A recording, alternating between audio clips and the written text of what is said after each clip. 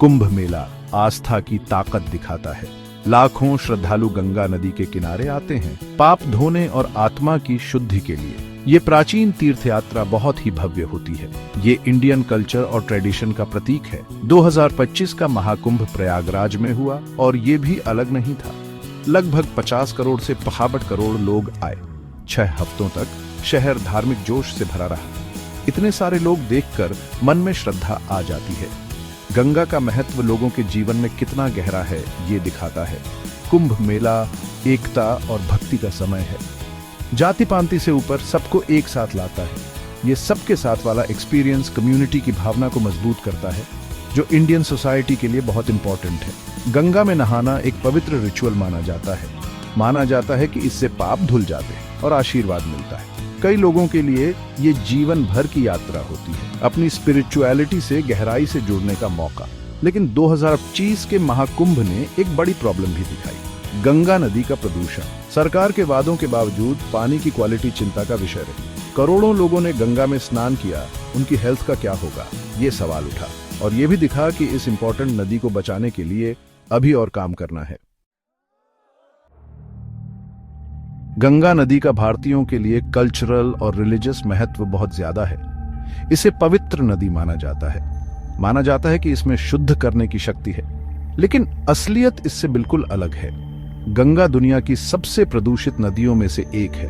सालों से industrial waste, sewage और खेती का कचरा इसमें गिरता रहा है। पानी की क्वालिटी बहुत खराब हो गई है। ये इंसानों की हेल्थ और नदी के इकोसिस्टम दोनों के लिए खतरा है। पोल्यूशन कितना है ये कई साइंटिफिक पैरामीटर्स से पता चलता है। बायोलॉजिकल ऑक्सीजन डिमांड या बीओडी ऑर्गेनिक पोल्यूशन का एक मुख्य इंडिकेटर है। ज्यादा बीओडी मतलब पानी में जीव जंतु नहीं रह सकते। कुंभ मेले के दौरान गंगा में बीओडी लेवल नहाने के लिए सेफ लिमिट से ज्यादा रहा। सेंट्रल पोल्यूशन कंट्रोल बोर्ड या सीपीसीबी के डेटा ने यह कंफर्म किया। एक और इंपॉर्टेंट पैरामीटर है फीकल कॉलिफॉर्म बैक्टीरिया। ये बैक्टीरिया इंसानों और जानवरों के मल में पाए जाते हैं। इनका होना मतलब पानी में मल मिला हुआ है। कुंभ मेले के दौरान गंगा में फीकल कॉलिफॉर्म का लेवल बहुत ज्यादा था। त्रिवेणी संगम पर, जहां गंगा, यमुना और सरस्वती नदी मिलती हैं, लेवल परमिसिबल लिमिट से हजारों गुना ज्यादा था। साफ था कि नदी में अनट्रीटेड सीवेज गिर रहा था। गंगा का रिलीजियस महत्व होने के बावजूद पानी की क्वालिटी बहुत बुरी थी। ये सवाल उठता है कि सरकार नदी को साफ करने में कितनी सक्सेसफुल है। सेक्शन 3 सेक्शन 4 हेल्थ रिस्क्स और पब्लिक कंसर्न्स। इस प्रॉब्लम से हेल्थ रिस्क्स सच में डराने वाले हैं। स्टडीज बताते हैं कि लगातार एक्सपोजर से सांस की तकलीफ से लेकर गंभीर बीमारियां हो सकती हैं। पब्लिक कंसर्न BIH रही है और ये सही भी है। लोग लोकल अथॉरिटीज और रिस्पॉन्सिबल इंडस्ट्रीज से ट्रांसपेरेंसी और एक्शन चाहते हैं। वो स्ट्रिक्ट रेगुलेशंस और बेटर एनफोर्समेंट चाहते हैं ताकि उनकी हेल्थ और वेल बीइंग सेफ रहे। कई एडवोकेसी ग्रुप्स बने हैं जो अवेयरनेस फैला रहे हैं और चेंज के लिए कोशिश कर रहे हैं। ये ग्रुप्स पब्लिक को एजुकेट करने और पॉलिसी रिफॉर्म्स के लिए बहुत इंपॉर्टेंट रोल प्ले कर रहे हैं। इन एफर्ट्स के बावजूद पब्लिक डिमांड और गवर्नमेंट रिस्पांस में बहुत फर्क है। साफ है कि इन हेल्थ रिस्क्स को एड्रेस करने और अफेक्टेड कम्युनिटीज की सेफ्टी इंश्योर करने के लिए और काम करने की जरूरत है। सेक्शन 5 सस्टेनेबिलिटी और रिस्पॉन्सिबिलिटी।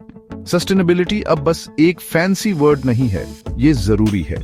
इंडस्ट्री और डेली लाइफ में रिस्पॉन्सिबल प्रैक्टिसेस की जरूरत पहले से कहीं ज्यादा है। फ्यूचर जनरेशंस के लिए प्लैनेट की हेल्थ इंश्योर करने के लिए हमें सस्टेनेबल मेथड्स अपनाने होंगे।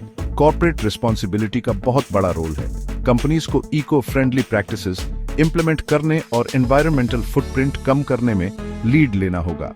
इसमें एमिशंस कम करने से लेकर वेस्ट मैनेजमेंट तक सब आता है। कंज्यूमर्स का भी रोल है। सस्टेनेबल चॉइसेस करके हम ग्रीनर प्रोडक्ट्स और सर्विसेज की डिमांड बढ़ा सकते हैं। हर छोटा एक्शन इंपॉर्टेंट है और मिलकर हम बड़ा इम्पैक्ट डाल सकते हैं। सस्टेनेबिलिटी अचीव करने के लिए सोसाइटी के हर सेक्टर का जॉइंट एफर्ट जरूरी है। ये शेयर्ड रिस्पॉन्सिबिलिटी है जिसके लिए कमिटमेंट, इनोवेशन और सबसे जरूरी एक्शन चाहिए।